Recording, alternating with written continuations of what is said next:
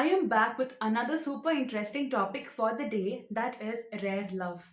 Quite often, most requested topic and most interesting topic.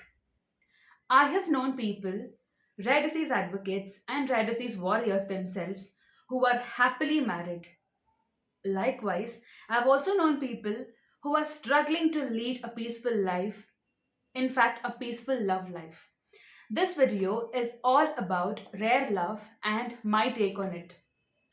Rare love is most often going to be slightly difficult because it is having a good possibility of rejections. As painful as it might seem, you might have to face rejections or challenges in rare love because something called as family history plays a very important role in rare love. You need to put your foot down and stand up for your rare love, which is then it becomes much more peaceful and it'll have a happy ending. Quite often, I see people who are actually confusing their emotions with that of love. It always happens because people always confuse sympathy, empathy, gratitude with that of love, and they call themselves it as love, which is not always possible. In that case, attraction or whatever you call it fades away eventually, and then you realize that it is not rare love. So, confusions are also a part of rare love. To identify if it's really love or not, you just have to give it some time and see. It is easier said than done to actually be in the background and push somebody forward. Because in rare love, you also come across people who actually act as false pillars. They do nothing, in fact, they do nothing at all except being in the background and actually clapping for you. In fact, that itself is a huge achievement. But is love all about only that? Is it not something more? That is what makes rare love even more difficult and even more challenging. Pressure from the family and family members, pressure from the relatives, pressure as you're growing older in age. It is not always possible for you to be married before 30. Sometimes rare love can always happen after 30, 35, 40, and whatnot. So you need to actually figure out if you can balance your pressure with that of your love, if you can actually handle these two things well. Because quite often, if you're a rare disease advocate or if you're advocating for a noble cause, you will actually happen to come across this bunch of favorite relatives who can get you most accepted or most eligible bachelors in your town and tell you to marry them. But is that what all love is about? Rare love can get really challenging, upsetting, devastating if there's no practice of gratitude. It is something which is always very important, and it is on this that an actual relationship stands, because not feeling grateful to what your partner does can upset the other person eventually, and your love can fade out. Eventually, it's not automatic, eventually, it can fade out if you're not grateful to what your partner is doing. Also, in rare love, your energies can be different in different days. One day you can be really active, the other day you can be really tired. So, your graph will not be smooth always. You need to handle your ups and downs eventually. It is quite important for you to grow mutually, because only if one partner is growing and the other one is stagnant, there's a very good chance. It's my favorite point to always say growth in love must be mutual, because if only one person is growing and the other person is stagnant and dormant, eventually, as the time passes by, you can always outgrow and fade out. It just fades out. You can actually outgrow your love and move forward with your life. Make sure the growth is mutual. Growth is very important in rare love, because both have to grow together at the end of the day. Another important thing is sometimes we give up way too early on our rare love.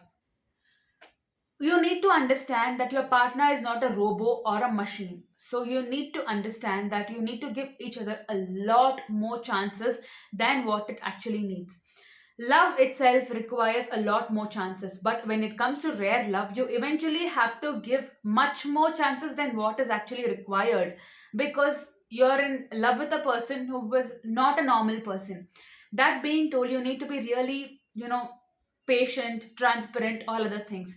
I'll make a separate video on what all qualities you need to look for when you're looking for rare love. I hope that it'll give you some insight. But otherwise, at the end of the day, what I would always say is you are never perfect for a wrong person, but you are always something, a matter of pride and charm and whatnot for the right person.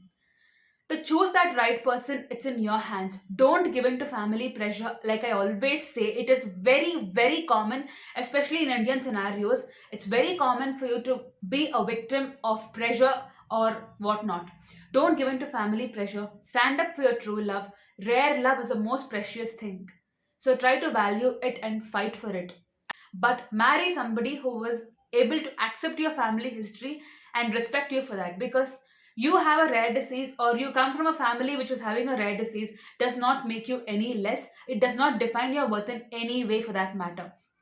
So stand up for your rare love and be proud of what you are and who you are. The right person will eventually find your way, and someday, trust me, you will fall in love.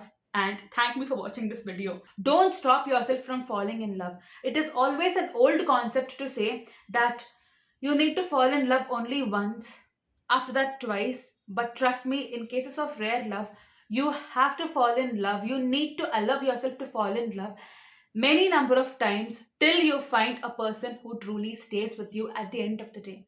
It does take time. Rare love is not something which can happen overnight. It doesn't happen overnight. You need to handle all the ups and downs and difficulties, challenges, and see how dependent you're actually on the other person. I'm not telling you you need to find somebody who can keep you happy, but what I'm trying to say is your happiness is your responsibility. But when you're dependent on the opposite person, we all are for that matter, you need to know to what extent you can actually depend. That is also a matter of concern. Not just the family history always. Your opposite person should see your worth, should accept you for your disabilities or your imperfections. And that should be like a perfect thing for him or her. That is when you actually find true love or rare love. It comes with a lot of challenges. You need to walk the path together. Find somebody who is very much mature to that extent who can accept you for who you are. It does take a very long way. Trust comes with time. Give it some time. Stand up for yourself. Grow in life. Achieve something and then get married. So don't let your disability define you. You define your worth. Rare love is precious. Once you have found it, put in everything to get it. Even if you're going against something or somebody, even if the whole world is upside down, put your foot down and start saying no. Marry the person who you're only loving at the end of the day. It's your life, it's your journey. That being told, don't disrespect people in the process. If you have no other options, if you have given it enough time, if you have convinced your parents enough, then only then do what you feel is right. Don't give up on your rare love. Maybe you will fall in love someday. Be positive. I think I have told all my points in bits and pieces and made some sense to you. I'm so sorry for the background music, if at all. I don't like saying this, but yeah, my phone constantly beeps with messages here and there. And thank you so much for watching. Bye bye.